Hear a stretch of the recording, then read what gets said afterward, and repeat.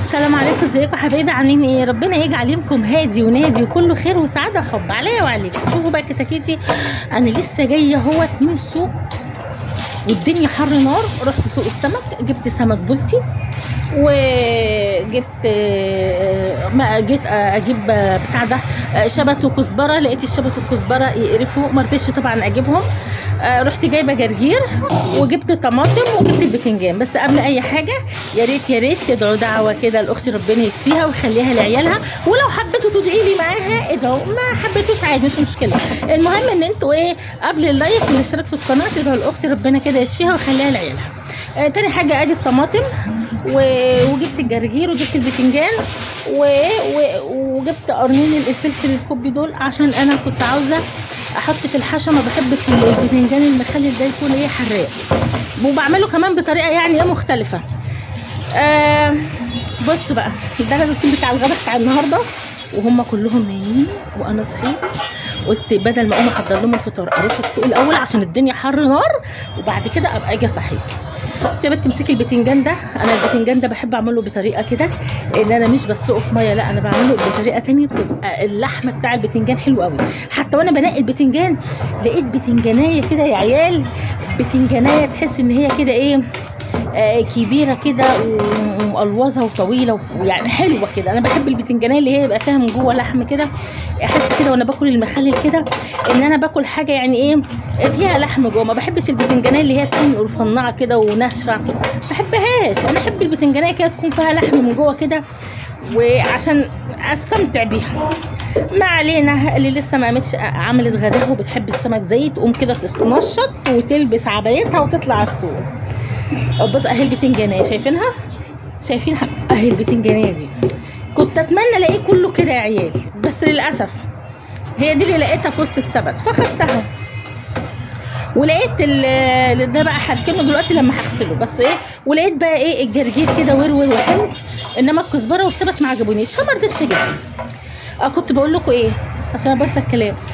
اللي لسه ما قامتش تعمل غداها كده ونفسها تاكل سمك النهارده، تتفرج على الفيديو. لو عجبتها طريقه السمك دي تقوم تنفذها عملي. واللي ما بتحبش السمك برضه تتفرج، عشان لو عندها حد بيحب السمك، يعني في كلا الحالتين. بس ما تنسيش اللايك والاشتراك في القناه اللي اول مره بيشوفني، ويا ريت تقولي بتتابعيني منين عشان ده شيء بيساعدني. وتدعي لاختي، ولو حبيتي تدعي لي ادعي لي، مفيش مشاكل عادي. بصوا بقى، انا قلت بسرعه انضف الجرجير دوت وانقعه كده في شويه ميه بخل، وعاوزه اخلص بسرعه الاكل ده، عشان بعد ما اخلصه هصحيهم افطرهم، وبعد كده نازله رايحه المستشفى. ادعوا لي بقى ان اليوم كده يكون كله خير كده، عشان انا اليوم بتاعي النهارده يوم طويل.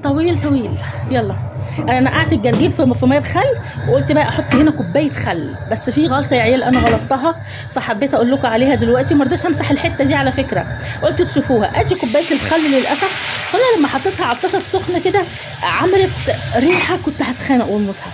غير الخل ده بيتفعل، ما ينفعش يتحط كده، شايفين؟ بس على طول نص كوبايه ميه وجيت محطها، لان كنت هتخانق وانا واقفه في المطبخ.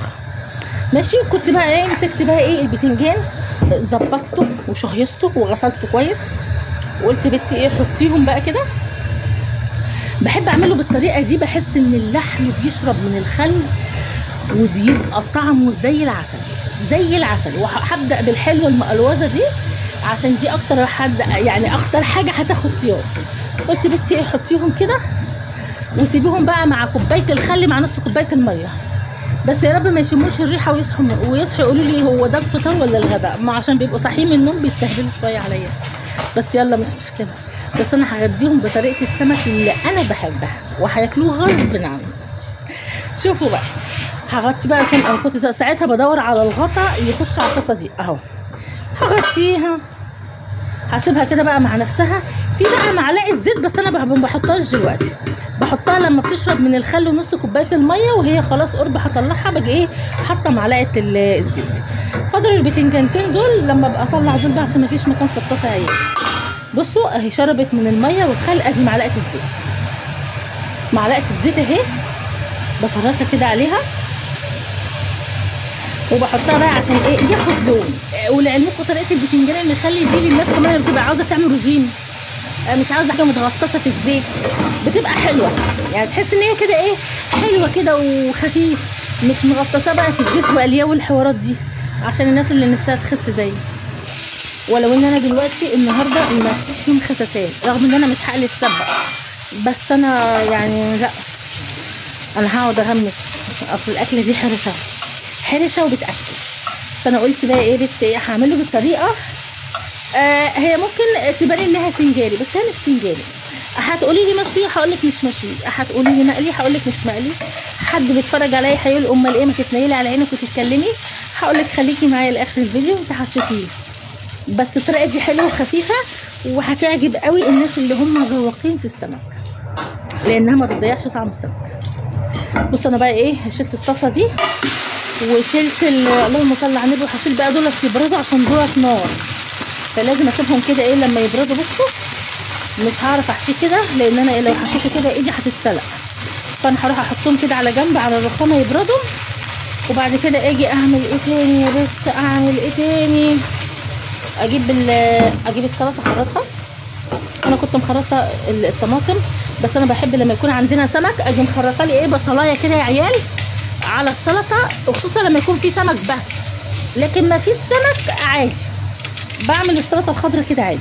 في سمك احب ان انا ايه اجي خرطه كده ايه بصلايه كده وخصوصا البصل الاحمر ده بيبقى مسكر قوي.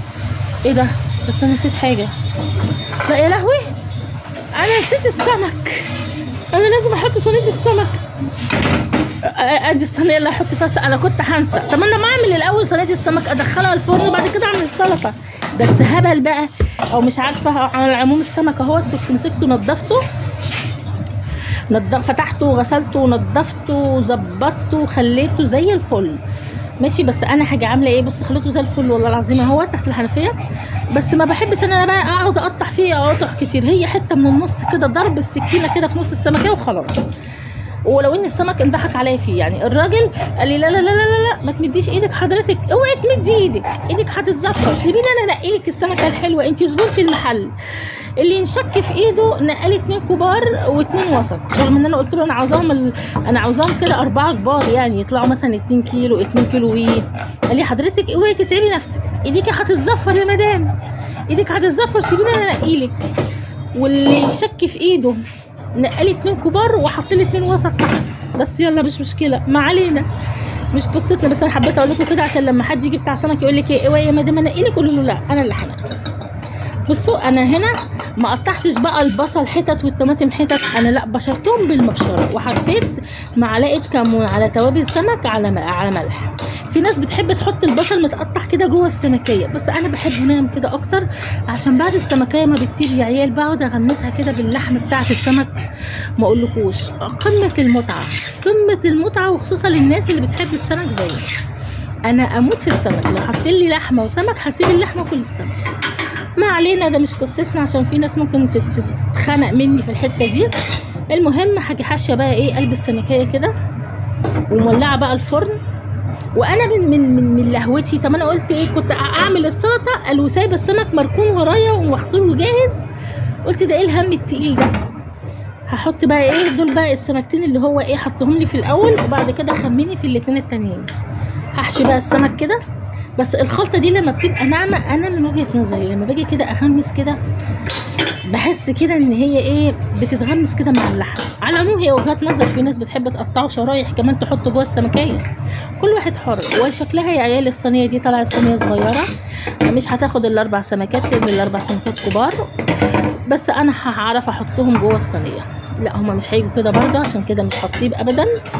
فانا هعمل ايه استنى ما احط في كل فتحه من اللي انا فتحتها معلقه، هحط لي كده اغرز لي كده معلقه فيها كده عشان اللحم يشربه، وبعدين اشوف انا هرصهم ازاي جوه الصينيه. بس انا هخليهم في الصينيه دي، بس هرصهم لان هما شكلها كده كنت يا ريتني طلعت الصينيه الكبيره الثانيه، بس مش مشكله.